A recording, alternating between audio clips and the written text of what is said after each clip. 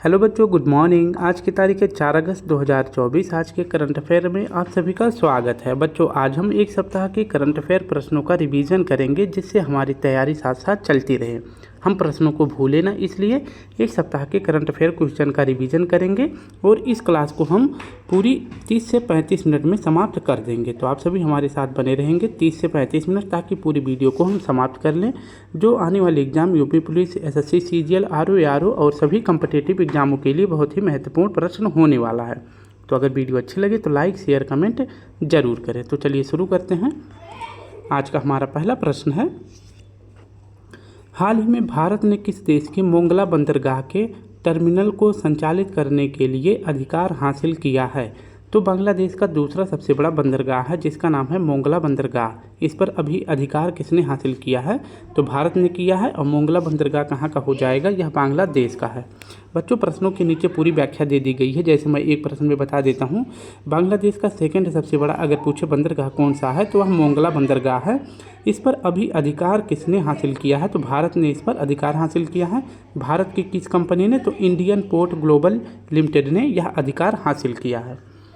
Next प्रश्न देख लेते हैं। प्रश्न हमारा दूसरा है, हाल ही में एशिया का पहला ग्रीन जिंक बॉन्ड इकोजॉन किसने लॉन्च किया है? तो इकोजेन किसने लॉन्च किया है? तो इसका सही जवाब हो जाएगा हिंदुस्तान जिंक लिमिटेड। और यह बात करें इकोजेन, यह एशिया का सबसे बड़ा ग्रीन जिंक ब्रांड बन गया है। नेक्स्ट हमारा प्रश्न है तीसरा, हाल ही में पेरिस 2024 ओलंपिक में भारत के लिए पहला पदक किसने जीता है? तो आप सभी को पता ही होगा, पेरिस ओलंपिक में 10 मीटर एयर पिस्टल के लिए ब्रॉन्ज मेडल किसने जीता है? मनु भाकर ने जीता है। ये आपको याद रखना है। अगर बात करें कि गोल्ड किसने जीता है, तो गोल्ड जीता गया है साउथ कोरिया के द्वारा, जिनका नाम है ओह जी। और वही सिल्वर किसने जीता है? तो चीन की किम एनजी ने जीता है शूटिंग में, ठीक है। और मनु भाकर ने क्या जीता है? तो कांसा जीता है, ब्रोंज मेडल जीता है। और 2024 जो ओलंपिक हो रहा है, यह किस क्रम का हो रहा है? तो यह 33वें क्रम का हो रहा है। नेक्स्ट हमारा प्रश्न है चौथा, CREA के मध्य वार्षिक वायु गुणवत्ता मूल्यांकन के अनुसार देश का सबसे प्रदूषित अगर पूछे शहर कौन सा है? तो बर्नीहाट है। ऑप्शन ए हमारा सही हो जाएगा। अगर पूछे बर्नीहाट यह कहाँ का राज्य है, यह कहाँ का जिला है? तो यह मेघालय का जिला है। और दूसरे नंबर पर फरीदाबाद है। और तीसरे नंबर पर सबसे प्रदूषित शहर है दिल्ली। ये आपको याद रखना है। CREA अगर पूछे कहाँ की संस्था है, तो यह फिनलैंड की संस्था है। फुल फॉर्म यहाँ पे दिया गया है। नेक्स्ट प्रश्न हमारा है, हाल ही में विश्व हेपेटाइटिस दिवस 2024 कब मनाया गया है? तो विश्व हेपेटाइटिस दिवस कब मनाया जाता है? यह 28 जुलाई को मनाया जाता है। अगर पूछे विश्व हेपेटाइटिस दिवस मनाने की शुरुआत पहली बार कब की गई थी? तो 2010 में किया गया था, क्योंकि ब्लमबर्ग के द्वारा 28 जुलाई 2010 को एक टीका विकसित किया गया था। तो इन्हीं की बर्थडे पार्टी पे जो है मतलब इनके जन्मदिन पर 28 जुलाई को विश्व हेपेटाइटिस दिवस मनाया जाता है। और भारत ने एक वैक्सीन विकसित किया है जिसका नाम है हेबेश्योर वैक्सीन। और यह किसके लिए है? तो यह हेपेटाइटिस के लिए किया गया विकसित टीका है। जैसे 29 जुलाई को विश्व टाइगर दिवस मनाया जाता है, 11 जुलाई को विश्व जनसंख्या दिवस मनाया जाता है, 20 जुलाई को विश्व शतरंज दिवस मनाया जाता है और 1 जुलाई को GST दिवस मनाया जाता है। नेक्स्ट प्रश्न हमारा है, हाल ही में पंजाब के नए राज्यपाल और केंद्र शासित प्रदेश चंडीगढ़ के प्रशासक पद पर किसे नियुक्त किया गया है? तो राष्ट्रपति महोदया के द्वारा जो है अभी कुछ राज्यों में जो है राज्यपाल की नियुक्ति करी गई है, उनके बारे में देख लेते हैं। जैसे पंजाब के राज्यपाल और चंडीगढ़ के प्रशासक दोनों किन व्यक्ति को बनाया गया है? तो यह बनाया गया है गुलाब चंद कटारिया जी को। और राजस्थान के राज्यपाल कौन बनाए गए हैं? तो ये बने हैं हरिभाऊ किसान राव जी। तेलंगाना के राज्यपाल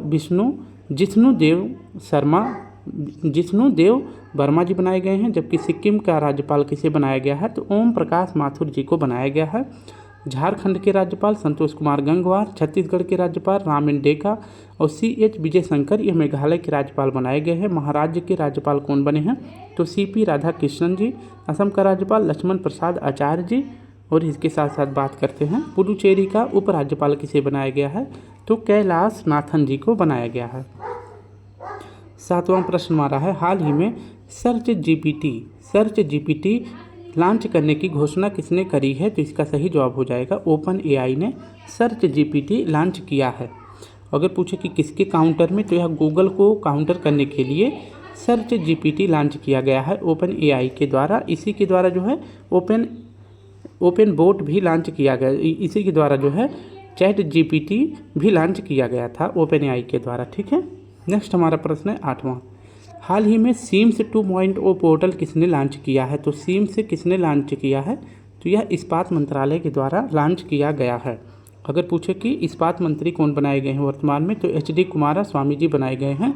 सीम्स 2.0 लॉन्च करने का उद्देश्य है कि जो बाहर से स्टील आता है उसके आयात को कम करना और घरेलू स्तर पे जो है स्टील को विकसित करना है। नेक्स्ट हमारा प्रश्न है 9वां। पेरिस ओलंपिक 2024 का शुभंकर पूछे क्या है? तो इसका सही जवाब हो जाएगा फ्रीज है। तो फ्रीज क्या है? पेरिस ओलंपिक 2024 का शुभंकर है, इसे आप याद रखेंगे। इसमें 3 कलर है, इस फ्रिज में 3 कलर है, नीला, सफ़ेद, लाल, जो कि फ्रांस की क्रांति से प्रेरित है। आप रेलिया यह पूछे कि वैश्विक ओपेरा प्रतियोगिता 2024 का आयोजन कहाँ होगा? तो ऑपरेलिया वैश्विक ओपेरा प्रतियोगिता 2024 का आयोजन होगा मुंबई में, जो कि अपने भारत में पहली बार इसका आयोजन किया जा रहा है। कहाँ पे? मुंबई में किया जाएगा। 11वां प्रश्न, हाल ही में निकोलस मादुरो ने तीसरी बार किस देश के राष्ट्रपति बने हैं? तो निकोलस मादुरो कहाँ के राष्ट्रपति चुने गए हैं? तो इसका सही जवाब हो जाएगा ऑप्शन बी, वेनेजुएला के राष्ट्रपति बने हैं। वेनेजुएला की राजधानी की बात करते हैं तो कराकस इसकी राजधानी है। मुद्रा यहाँ की बोलीवर है। और विश्व का सबसे ऊंचा पूछे जलप्रपात किस देश में स्थित है? तो यह वेनेजुएला में स्थित है, नाम है एंजिल जलप्रपात। और वेनेजुएला में घास के मैदान को लानोज कहते हैं। 12वां प्रश्न हमारा, हाल ही में कैंटर वर्ल्ड पैनल की नवीनतम ब्रांड फुटप्रिंट रैंकिंग के अनुसार भारत का शीर्ष FMCG ब्रांड कौन सा है? तो ये बताना है कि भारत में डेली सबसे ज़्यादा यूज होने वाला ब्रांड कौन सा है? तो आप सभी को पता है पार्ले जी है पहले नंबर पर, और वहीं दूसरे नंबर पर अगर बात करते हैं ब्रिटानिया है, तीसरे नंबर पर अमूल है। नेक्स्ट प्रश्न हमारा, हाल ही में विदेश मंत्री S जयशंकर ने रामलला पर पहली डाक टिकट का अनावरण कहाँ किया है? तो यह किया गया है लाओस में। लाओस में किया गया है रामलला पर पहला डाक टिकट जारी लाओस में। और S जयशंकर विदेश मंत्री जो S जयशंकर जी हैं इनके द्वारा किया गया है। और यही लाओस में ही भगवान बुद्ध पर भी टिकट जारी किया गया है, ये आपको याद रखना है। लाओस की राजधानी का नाम है वियनतिए, इसकी राजधानी का नाम है। 14वां प्रश्न हमारा है, हाल ही में केंद्रीय बजट 2024-25 में सर्वाधिक विदेश विकास सहायता का आवंटन किसे किया गया है? तो 2024-25 में बजट का सबसे ज़्यादा, अगर विदेशों के लिए सबसे ज़्यादा पैसा किस देश को दिया गया है? तो यह दिया गया है भूटान को। ऑप्शन सी हमारा सही हो जाएगा, ये आपको याद रखना है। बजट जो है कौन पेश किया है 2024-25 के लिए? तो निर्मला सीतारमण जी ने किया है, ये आपको याद रखना है। और विदेशी सहायता के लिए 4,883 रुपये आवंटित किया गया है, जिसमें सबसे ज़्यादा किसे दिया गया है? तो भूटान को 2,065 करोड़ और दूसरे नंबर पर नेपाल को दिया गया है। यहाँ से इम्पॉर्टेंट बन जाता है कि राजकोषीय घाटा यानी फाइनेंशियल ईयर 2024 के लिए कितना राजकोषीय घाटा अनुमानित है? तो 4.9% है, ये आपको याद रखना है। और वही बात करें पूर्वोदय योजना के तहत किन किन राज्यों में डेवलप किया जाएगा? तो इन बिहार, पश्चिम बंगाल, झारखंड, आंध्र प्रदेश, ओडिशा में जो है पूर्वोदय योजना के तहत विकसित की जाएंगी। प्राथमिकताएं पूछे कितनी हैं? तो 9 प्राथमिकताएं बताई गई हैं। जबकि इंडस्ट्रियल पार्क कितने बताए गए हैं? तो भारत में 12 इंडस्ट्रियल पार्क का विकास किया जाएगा 2024 से 25 के बीच में। हाल ही में महिला एशिया कप फाइनल 2024 का उप विजेता कौन बना है? तो अगर बात करें महिला एशिया फाइनल 2024 का उप विजेता कौन बना है? तो यह अपना भारत बना है। इसके बारे में थोड़ी सी जानकारी देखेंगे। अगर पूछे महिला एशिया कप 2024 का अगर पूछे आयोजन कहाँ किया गया था? श्रीलंका में। और श्रीलंका इसका विजयी बन जाता है, भारत उप विजेता बन जाता है। और यह मैच खेला गया था रंगेरी स्टेडियम में। नेक्स्ट प्रश्न हमारा, हाल ही में देश के पहले भूमिगत संग्रहालय का उद्घाटन कहाँ हुआ है? तो देश का पहला भूमिगत संग्रहालय का उद्घाटन किया गया है नई दिल्ली में। कहाँ किया गया है? दिल्ली में किया गया है। और कहाँ पर किया गया है? तो यह हुमायूं के मकबरे के अंदर किया गया है। नेक्स्ट हमारा प्रश्न है, हाल ही में अंतर्राष्ट्रीय बाघ दिवस 2024 कब मनाया गया है? तो बाघ दिवस मनाया जाता है 29 जुलाई को, ये आपको याद रखना है। इसके बारे में थोड़ी सी जानकारी देखेंगे। 29 जुलाई 2010 को सेंट पीटर्सबर्ग, जो कि रूस का एक शहर है, यहाँ पे बाघ संरक्षण के लिए अधिनियम हुआ था। इसलिए जो है 29 जुलाई को हर साल अंतर्राष्ट्रीय बाघ दिवस मनाया जाता है। हाल ही में ब्राज़ील में ओरोपोचा वायरस से दुनिया की पहली मौत हुई है। ओरोपोच वायरस का संबंध पूछे किससे है? तो यह एक जो है मच्छर है। क्या है? तो यह एक मच्छर है, इसे आप याद रखेंगे। यह मच्छर का एक वायरस है, ये यहाँ से हमारा सही हो जाएगा। ओरोपोच वायरस से दुनिया में पहली मौत कहाँ पर हुई है? ब्राज़ील में हुआ है। लेकिन अगर पूछे कि ओरोपोच वायरस से पहला केस कहाँ पे मिला था, तो यह त्रिनिदाद और एंड टोबैगो में मिला था। हाल ही में गोयम बिना मूल्य बीज ए वजन योजना किसने लॉन्च की है? तो यह योजना शुरू किया गया है, ऑप्शन ए, गोवा के द्वारा शुरू किया गया है। जी फॉर गोवा, जी फॉर गोयम, ये से याद हो जाएगा। अगर बात करते हैं, यह योजना सौर ऊर्जा परियोजना के तहत शुरू किया गया है, यानी कि प्रदेश में जो है सौर ऊर्जा के क्षेत्र में विकास किया जाएगा। और यहाँ के सीएम हैं प्रमोद सावंत जी। 20वां प्रश्न है, हाल ही में वी वेंकैया एपिग्राफी पुरस्कार 2024 से किसे सम्मानित किया गया है?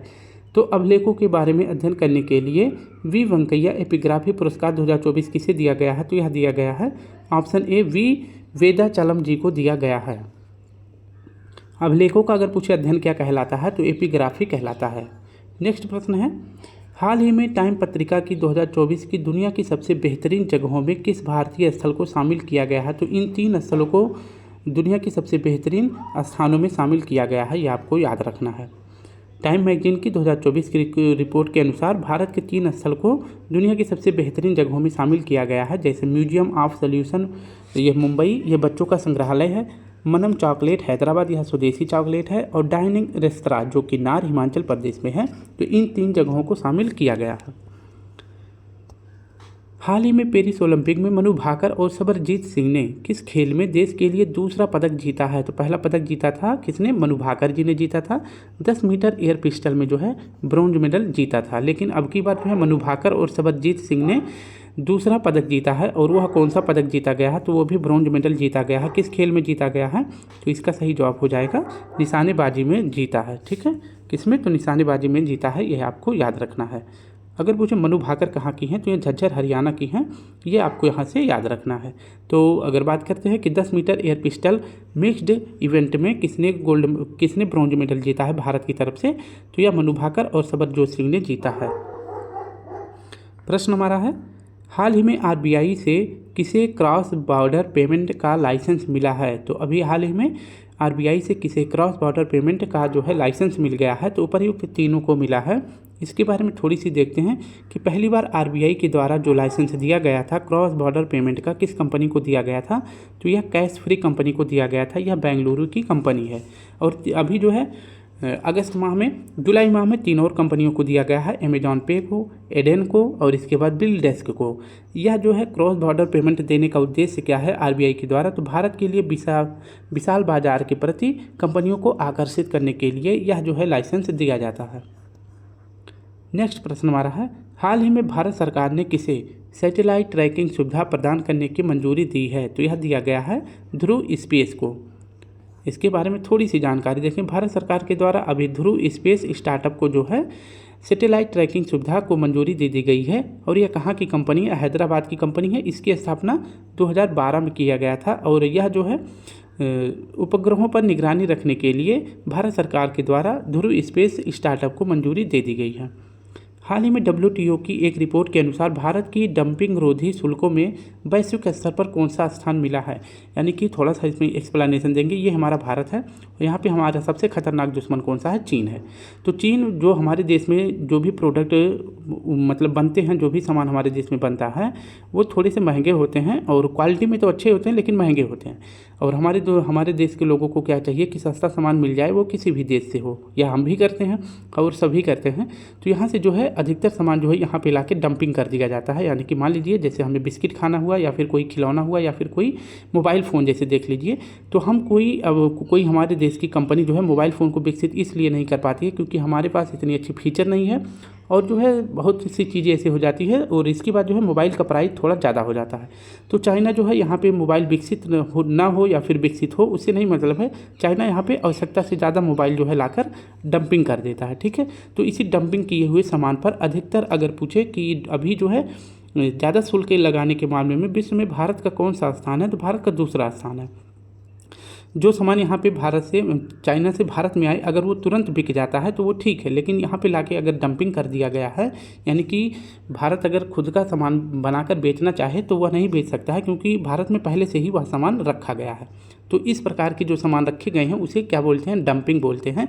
तो डंपिंग पर शुल्क लगाने के मामले में वैश्विक स्तर पर भारत का पूछे कौन सा स्थान है, तो दूसरा स्थान है, और पहला स्थान पूछे किसका है, तो USA का है। नेक्स्ट हमारा प्रश्न हो जाता है WTO के बारे में थोड़ी सी जानकारी देखते हैं। वर्ल्ड ट्रेड ऑर्गेनाइजेशन इसका फुल फॉर्म होता है। इसकी स्थापना 1 जनवरी 1945 को होता है। वर्तमान में इसमें जो है 164 सदस्य हैं। 164वां अगर सदस्य पूछे कौन सा देश है, तो अफगानिस्तान है। इसका मुख्यालय कहाँ पे है, जिनेवा में है। और इसकी पहली महिला अध्यक्ष यानी वर्तमान में इसकी अध्यक्ष हैं डॉक्टर नागोजी ओंकाजा इबेला हैं। हाल ही में विश्व मानव तस्करी निरोधक दिवस 2024 कब मनाया गया है, तो विश्व मानव तस्करी निरोधक दिवस 2024 मनाया गया है 30 जुलाई को। इसका सही जवाब हो जाएगा ऑप्शन डी। अगर पूछे मानव तस्करी निरोधक दिवस का अगर पूछे प्रतीक चिन्ह क्या है, तो नीला रंग है। हाल ही में tech leaders forum of India कहाँ लॉन्च किया गया है, तो tech leaders forum of India यह UAE में लॉन्च किया गया है। UAE में एक बैठक हो रही थी जिसका नाम है विश्व एजुकेशन कॉन्फ्रेंस। विश्व एजुकेशन कॉन्फ्रेंस का आयोजन कहाँ किया गया था, UAE में किया गया था। यहीं पर भारत ने tech leaders forum of India को लॉन्च किया है। इसका उद्देश्य क्या है, तो इंजीनियर्स को मजबूत करना है, यानी कि जो उनका स्किल है, आप सभी को पता है कि भारत में किस तरह की पढ़ाई होती है। डिग्री कंप्लीट हो जाएगा, लेकिन कोई भी टीचर्स हो या फिर कोई जो है इंजीनियर हो या फिर कोई डॉक्टर हो, तो इन सभी को डिग्री मिल जाती है, लेकिन अगर उनको जो है कार्य करने के लिए बोल दिया जाता है तो वो अपने कार्य को अच्छी तरह से नहीं कर पाते हैं। तो इसी के लिए मतलब इंजीनियर्स को मजबूत करने के लिए, यानी उनके स्किल को अच्छी तरह से विकसित करने के लिए tech leaders forum of India कहाँ शुरू लॉन्च किया गया है, तो UAE में लॉन्च किया गया है। किस प्रोग्राम के तहत, तो विश्व एजुकेशन कॉन्फ्रेंस में यह लॉन्च किया गया है। UAE की राजधानी का नाम है अबू धाबी, यहाँ की मुद्रा का नाम है दिरहम। हाल ही में केंद्रीय मंत्री भूपेंद्र यादव ने आइडियाज़ फॉर लाइफ पहल कहाँ प्रारंभ की है, तो यह प्रारंभ किया गया है IIT दिल्ली में प्रारंभ किया गया है। कहाँ पर, तो IIT दिल्ली में प्रारंभ किया गया है। पर्यावरण मंत्री कौन है, तो भूपेंद्र यादव जी हैं।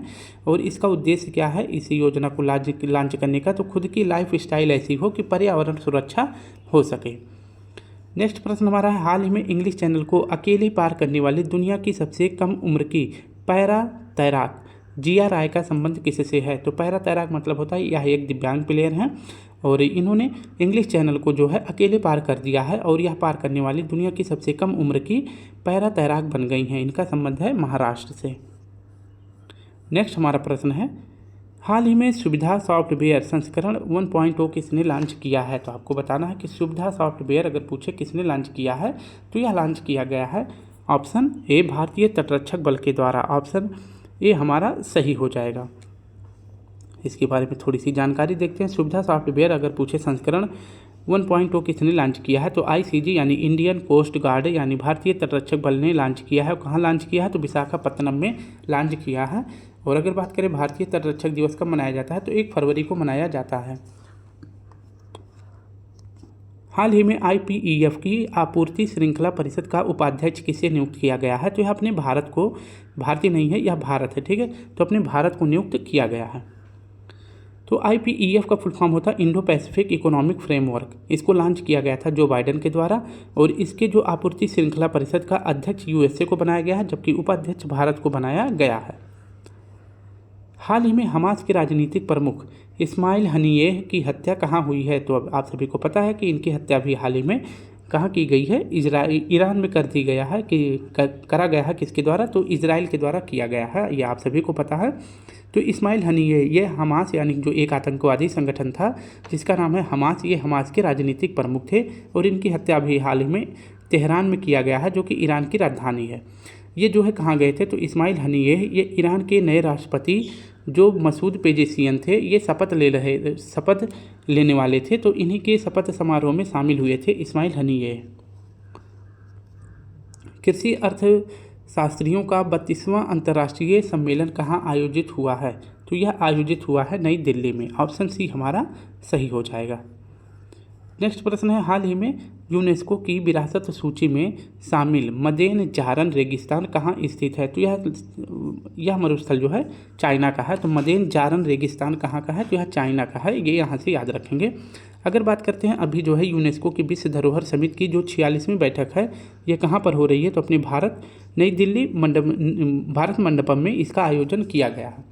इसी 46वीं बैठक में जो है विश्व की 24 नई विश्व धरोहर को शामिल किया गया है, जिसमें बदेन जारन रेगिस्तान जो कि बहुत ही महत्वपूर्ण था, ये चीन का था, इसे भी शामिल किया गया है। और अपने भारत का भी इसमें शामिल किया गया था, जो कि अपने भारत का 43वां बन गया, और जिसका नाम है मोइदम। ठीक है, क्या नाम है? मोइदम इसका नाम है। और यह मोइदम पूछे कहाँ पर है? तो यह मोइदम जो है विश्व धरोहर स्थल कहाँ, किस राज्य में है? तो यह असम में है। ठीक है, तो अगर बात करते हैं पूरे विश्व में जो है अगर कितने विश्व धरोहर हैं, तो वर्तमान में तो 1223 हैं, जिनमें पहला स्थान है इटली का 60 शामिल है। दूसरे स्थान पर चीन का है, जो कि इसमें 59 शामिल है। और भारत का जो है 43वां अगर पूछे कौन सा बना है, तो यह बनाया गया है मोइदम को, जो कि असम राज्य में स्थित है। हाल ही में यूएसए और कनाडा में लिस्टेरियोसिस का प्रकोप देखा गया है। लिस्टेरियोसिस का अगर पूछे संबंध किससे है, तो यह खाद्य विषाक्तता है, और यह एक खाने वाले पदार्थ होता है, जिसको खाने से जो है यूएसए और कनाडा में भारी संख्या में लोगों को मृत्यु और इससे संक्रमित लोग पाए गए हैं। और लिस्टेरियोसिस जो है यह किस प्रकार का रोग है? तो यह जीवाणु से होने वाला रोग है। नेक्स्ट प्रश्न हमारा है, हाल ही में चर्चा में रही मेकेदातु परियोजना का संबंध किससे है? तो मेकेदातु परियोजना का संबंध है कर्नाटक और तमिलनाडु राज्य से। मेकेदातु परियोजना अगर पूछे किस नदी के संगम पर बनाया जाएगा, तो यह कावेरी और अर्कावती नदी के संगम पर बनाया जाएगा। और यहाँ पे एक बांध का भी निर्माण किया जाएगा, जिससे 400 मेगावाट की बिजली भी उत्पादित की जाएगी, जो कि कर्नाटक और तमिलनाडु में बराबर बराबर बांटी जाएगी। नेक्स्ट प्रश्न है, हाल ही में यूपीएससी का नया अध्यक्ष किसे नियुक्त किया गया है? तो यूपीएससी का नया अध्यक्ष किसे नियुक्त किया गया है?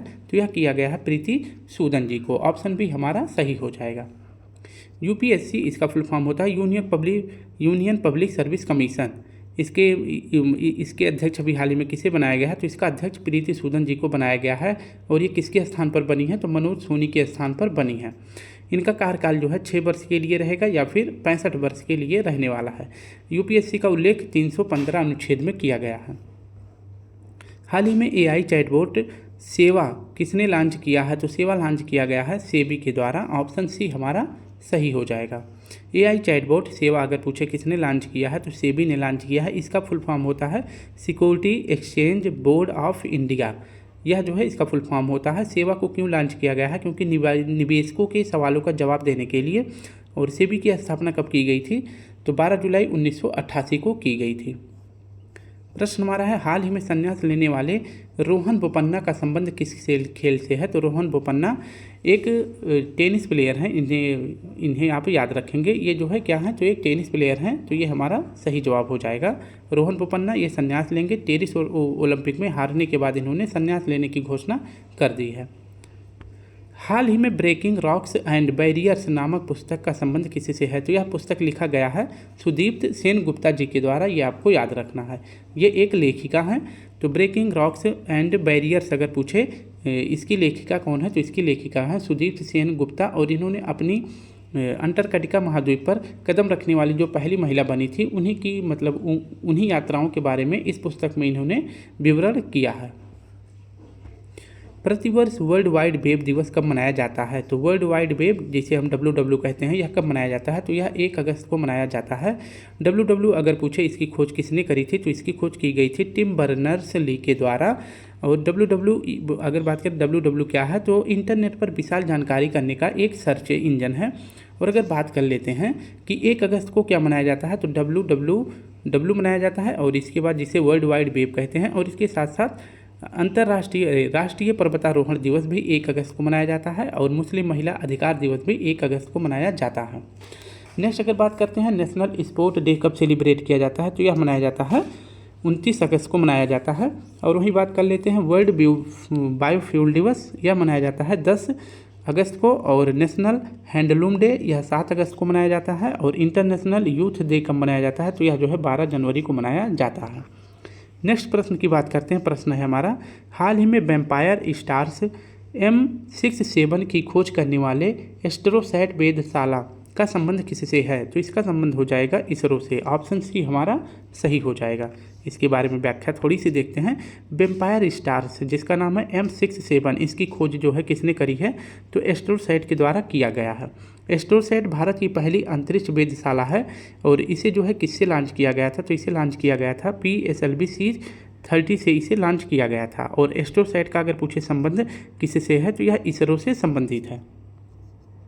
नेक्स्ट हमारा प्रश्न है, हाल ही में UN इकोसॉक ने किस राज्य की कलिंगा औद्योगिक प्रौद्योगिकी संस्थान को अपना विशेष परामर्शदात्री निकाय घोषित किया है? तो कलिंगा औद्योगिक प्रौद्योगिकी संस्थान को विशेष परामर्शदात्री निकाय घोषित किया गया है UN की संस्था इकोसॉक के द्वारा।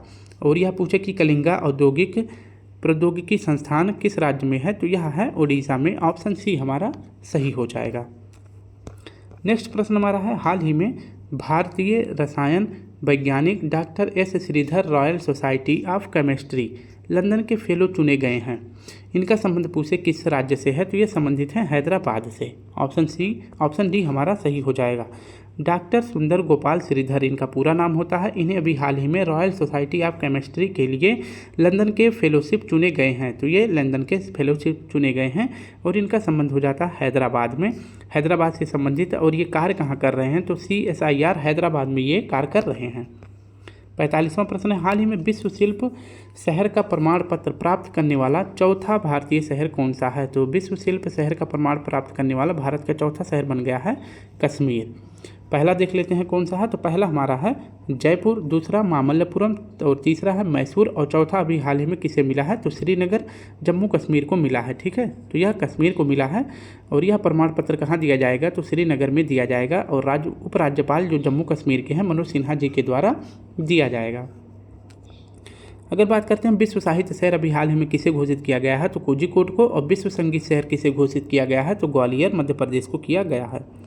हाल ही में सुप्रीम कोर्ट ने SC और ST समुदाय के आरक्षण में उपवर्गीकरण करने की अनुमति देने के लिए अपने किस फैसले को रद्द किया है? तो सुप्रीम कोर्ट ने 2004 में सुप्रीम कोर्ट के द्वारा एक फैसला दिया गया था EV चिन्नैया बनाम आंध्र प्रदेश राज्य 2024 में एक केस सुप्रीम कोर्ट के द्वारा यह जारी किया गया था और इसमें सुप्रीम कोर्ट ने अपना फैसला सुनाया था। इसी केस को जो है अभी हाल ही में रद्द कर दिया गया है और इसके फैसले को बदलकर इसमें ये फैसला सुनाया गया है कि जो भी SC और ST में व्यक्ति हैं, अगर उनकी स्थिति आर्थिक स्थिति बहुत ही ज़्यादा कमज़ोर है तो राज्य उनको जो है अपनी तरफ से और अधिक आरक्षण दे सकता है। ठीक है, तो इस प्रकार से इसमें कहा गया है, एक नया कानून बना दिया गया है और इसमें जो है कानून जो बनाया गया है इसमें जो है अधिकार किसको होगा? तो राज्य के पास यह अधिकार होगा जो SC और ST के लोग हैं और वो आर्थिक स्थिति से बहुत ही ज़्यादा कमज़ोर हैं, उनको राज्य सरकार अधिक जो है आरक्षण दे सकती है। और इसमें जो है 7 न्यायाधीशों की एक वैधानिक पीठ बैठी थी, जिसमें अगर बात करते हैं कि फैसला कितने जजों के पक्ष में सुनाया गया है तो यह फैसला सुनाया गया था 6-1 से सुनाया गया है। यानी कि इस फैसले के पक्ष में जो ये SC और ST में आर्थिक पिछड़ेपन के कारण उपवर्गीकरण का जो फैसला आया है इसमें जो है 6 जज फैसले के पक्ष में थे और 1 जज जो है फैसले के विपक्ष में थी। उनका नाम है J बेला त्रिपाठी। तो हम 6 को नहीं याद रखेंगे लेकिन 1 को तो याद करना जरूरी हो जाता है। ठीक है, ये हमारे यहाँ से सही जवाब हो जाएगा। और इन 7 न्यायाधीशों की अगर पूछे अध्यक्षता किसने करी थी तो भारत के मुख्य चीफ जस्टिस ऑफ इंडिया जो कि DY चंद्रचूड़ साहब ने किया था। OBC में भी सब क्लासिफिकेशन यानी उपवर्गीकरण के बारे में भी उल्लेख किया गया था और इसके लिए किस आयोग का गठन किया गया था? तो जस्टिस रोहिणी आयोग का गठन किया गया था जो OBC में भी उप क्लासिफिकेशन कर सकती है। नेक्स्ट हमारा प्रश्न है, हाल ही में पेरिस ओलंपिक 2024 में 50 मीटर राइफल में 3 पोजीशन इवेंट में भारत के लिए तीसरा कांस्य पदक किसने जीता था? तो यह स्वप्निल कुशल जी ने जीता था। पेरिस ओलंपिक 2024 33वें क्रम का आयोजन हो रहा है। मैं ये बार बार बता रहा हूँ ताकि आप सभी को याद हो जाए। इसमें तीसरा कांस्य पदक किसके द्वारा जीता गया है? तो स्वप्निल कुशल जी के द्वारा जीता गया है। किस श्रेणी में? तो 50 मीटर राइफल में पोजीशन 3 इवेंट में जीते हैं और इनका संबंध पूछे कहाँ से है? तो ये भी महाराष्ट्र की हैं। नेक्स्ट प्रश्न है, हाल ही में भारतीय सेना की चिकित्सा सेवा में पहली महानिदेशक बनने वाली पहली महिला अधिकारी अगर पूछे कौन है? तो इसका सही जवाब हो जाएगा साधना सक्सेना नायर जी हैं। ऑप्शन ए हमारा सही हो जाएगा। इंडियन आर्मी में चिकित्सा सेवा में पहली महिला महानिदेशक किसे बनाया गया है? तो लेफ्टिनेंट जनरल साधना सक्सेना नायर जी को बनाया गया है। इंडियन आर्मी के अध्यक्ष कौन हैं? तो उपेंद्र द्विवेदी जी हैं। नौसेना के अध्यक्ष कौन हैं? तो दिनेश त्रिपाठी जी हैं। प्रश्न हमारा है, हाल ही में दुनिया के प्रमुख एल्यूमीनियम उत्पादकों में भारत को कौन सा स्थान मिला है? तो एल्यूमीनियम उत्पादन में अगर पूछे भारत का कौन सा स्थान है विश्व में, तो दूसरा स्थान है। एल्यूमीनियम उत्पादन में पहला स्थान चीन का है, दूसरा भारत का है और तीसरा जो है रूस का है। पहले रूस जो है दूसरे नंबर पर हुआ करता था, लेकिन अब जो है भारत हो गया है। अब वही बात करते हैं लौह अयस्क यानी लोहे के उत्पादन में भारत का कौन सा स्थान है? तो चौथा स्थान है। चूना के उत्पादन में भारत का तीसरा स्थान है। और इसके बाद अगर बात करते हैं एल्यूमीनियम का अयस्क अगर पूछे कौन से हैं, तो एल्यूमीनियम का अयस्क होता है बॉक्साइट, जबकि लोहे का अयस्क पूछे तो यह होता है मैग्नेटाइट और इसके साथ साथ हेमेटाइट होता है। अगर पूछे कि लोहे का सबसे अच्छा अयस्क कौन सा होता है, तो वह मैग्नेटाइट होता है। और कंपनियों में अगर पूछे सबसे ज़्यादा कौन सा लोहे का अयस्क प्रयोग किया जाता है, तो हेमेटाइट का प्रयोग कंपनियों में सबसे ज़्यादा होता है। हाल ही में प्रकाशित एशियाई शेरों और संरक्षण प्रयासों पर पुस्तक कॉल ऑफ द गिरी पुस्तक का अगर पूछे संबंध किससे है, तो यह एशियाई शेरों और उनके संरक्षण के लिए यह पुस्तक जारी किया गया है। और कॉल ऑफ द गिर अगर पूछे किसका पुस्तक है, तो यह परमिल नाथवानी जी का है। ऑप्शन बी हमारा सही हो जाएगा। परमिल नाथवानी जी ये वर्तमान में क्या है, तो ये राज्यसभा के एमपी हैं, ये आपको याद रखना है। और गिर राष्ट्रीय उद्यान पूछे किस राज्य में है, तो यह गुजरात में है। हाल ही में भारत सरकार ने गुजरात में राष्ट्रीय समुद्री विरासत परिषद विकसित करने के लिए किसके साथ समझौता किया है, तो यह समझौता किया गया है वियतनाम के द्वारा। ऑप्शन सी हमारा सही हो जाएगा। भारत और वियतनाम ने एक समझौता किया है, और कहाँ पर किया है? नई दिल्ली में हैदराबाद हाउस में किया है। और किसके लिए किया गया है? तो राष्ट्रीय समुद्री विरासत परिषद को विकसित करने के लिए। और यह कहाँ विकसित किया जाएगा? लोथल गुजरात में किया जाएगा। और इसमें जो है नौसेना संग्रहालय बनाया जाएगा और साथ साथ में पर्यटन स्थल भी बनाया जाएगा। प्रश्न हमारा है, लोथल स्थान किस नदी के किनारे स्थित था? तो इसका सही जवाब हो जाएगा भोगवा नदी के किनारे। और हनोई पूछे किसकी राजधानी है, तो वियतनाम की राजधानी है। हाल ही में WTO की व्यापार सांख्यिकी रिपोर्ट 2023 के अनुसार वैश्विक कृषि निर्यात में भारत को कौन सा स्थान मिला है? तो वैश्विक कृषि निर्यात में भारत को 8वां स्थान मिला है। ऑप्शन बी हमारा सही हो जाएगा। विश्व सांख्यिकी रिपोर्ट 2023 में अगर पूछे कि यह रिपोर्ट किसने जारी किया है? WTO ने। और इसकी रिपोर्ट का नाम है वैश्विक कृषि निर्यात में अगर पूछे कौन सा स्थान भारत को मिला है, भारत को 8वां स्थान। पहला स्थान मिला है यूरोपीय संघ को और दूसरा स्थान मिला है USA को। 2023 में अगर पूछे भारत का वैश्विक कृषि निर्यात में कितने मिलियन का निर्यात किया गया है, तो $51 बिलियन का निर्यात किया गया है, जो कि 2022 की तुलना में कम है। हाल ही में G20 में संगठन ने किस देशों के अरबपति प्रस्ताव को स्वीकार किया है? तो यह स्वीकार किया गया है ब्राज़ील में। ठीक है, तो अभी जो है G20 की एक बैठक हो रही थी, कहाँ पर? ब्राज़ील में हो रही है। यहीं पर ब्राज़ील के द्वारा एक प्रस्ताव लाया गया है, जिसमें यह कहा गया है कि जो भी G20 के सदस्य देश हैं, उन देशों में जितने भी अरबपति हैं, उनके टोटल हिस्से का 2% जो है दान किया जाएगा। ठीक है, ताकि जो भी देश गरीब हैं या फिर आपदा के कारण उनकी आर्थिक स्थिति कमज़ोर हो गई है, या भूकंप या फिर जैसे कि युद्ध के कारण जो भी देश की स्थिति कमज़ोर हुई है, इसी 2% हिस्से से जो है इनका विकास किया जाएगा। नेक्स्ट प्रश्न हमारा है, हाल ही में असम राइफल्स के DG का पद किसने संभाला है? तो यह संभाला गया है विकास लखेरा जी के द्वारा। असम राइफल यह सबसे पुरानी सेंट्रल आर्मी फोर्स है। इसे उत्तर पूर्व का प्रहरी भी कहते हैं। इसकी स्थापना 1853 में हुआ था और इसका मुख्यालय शिलांग मेघालय में इसका मुख्यालय है। और इसकी पहली महिला अगर पूछे महानिदेशक किसे बनाया गया है, तो यह बनाया गया है DG विकास लखेरा जी को। महिला नहीं है, ये DG महानिदेशक अगर पूछे वर्तमान में किसे बनाया गया है, तो लेफ्टिनेंट जनरल विकास लखेरा जी को बनाया गया है असम राइफल का हेड। प्रश्न हमारा है, हाल ही में सड़कों से आवारा कुत्तों को हटाने के लिए नरसंहार कानून किसने पेश किया है? तो यह पेश किया गया है तुर्की के द्वारा। तुर्की की राजधानी का क्या नाम है? तो इसकी राजधानी का नाम है अंकारा और यहाँ की मुद्रा का क्या नाम है? लीरा। ऑपरेशन देख लेते हैं कुछ महत्वपूर्ण जो 2023 से 24 में चलाए गए थे भारतीय सरकार के द्वारा। ऑपरेशन दोस्त कहाँ चलाया गया था? तो यह तुर्की और सीरिया में चलाया गया था भारत के द्वारा। ऑपरेशन इंद्रावती हैती में चलाया गया था। ऑपरेशन गंगा यूक्रेन में चलाया गया था। ऑपरेशन कावेरी सूडान में चलाया गया था। जबकि ऑपरेशन अजय कहाँ चलाया गया था? तो इजराइल में। ऑपरेशन करुणा म्यांमार में चलाया गया था। प्रश्न हमारा है, भारत की पहली नाइट स्ट्रीट रेसिंग कहाँ आयोजित होगी? तो यह 2023 में भी आयोजित होना था, लेकिन चक्रवात के कारण यह रद्द कर दिया गया है। और 2024 में कहाँ आयोजित किया जाएगा? तो यह भी चेन्नई में ही किया जाएगा। ठीक है। नेक्स्ट प्रश्न हमारा है, हाल ही में सफल परीक्षण चक्र किसने प्रारंभ किया है? तो यह प्रारंभ किया गया है सीबीएसई के द्वारा सफल परीक्षण चक्र लॉन्च किया गया है, जिसका फुल फॉर्म आप देख सकते हैं। इसका फुल फॉर्म है, सफल का फुल फॉर्म है, और यह शुरू किया गया है कक्षा 5 से लेकर 8 के बच्चों के लिए, जिससे बच्चों के ऊपर जो है परीक्षा का दबाव ना पड़े और रटने के बजाय बच्चों को सीखने के लिए इसमें प्रेरित किया जाएगा।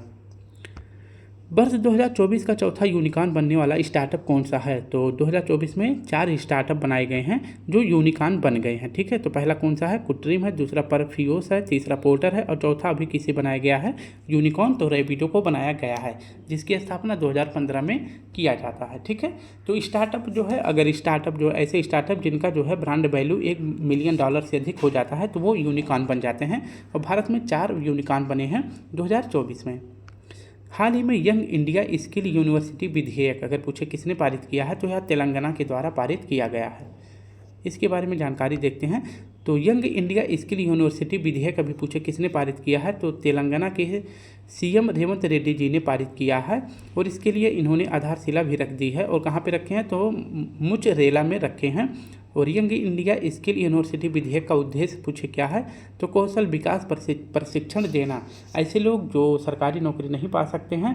और आप सभी को पता है कि सरकारी नौकरी मिलना बहुत ही मुश्किल है, क्योंकि जो है संख्या जो है सरकारी कामों के लिए कर्मचारियों की कम है और पढ़े लिखे ज़्यादा लोग हो गए हैं। तो इन्हीं पढ़े लिखे लोगों को जो है कौशल प्रशिक्षण देकर यंग इंडिया स्किल के तहत तेलंगाना सरकार जो है अपने यहाँ पे नौकरी देने वाली है। ठीक है।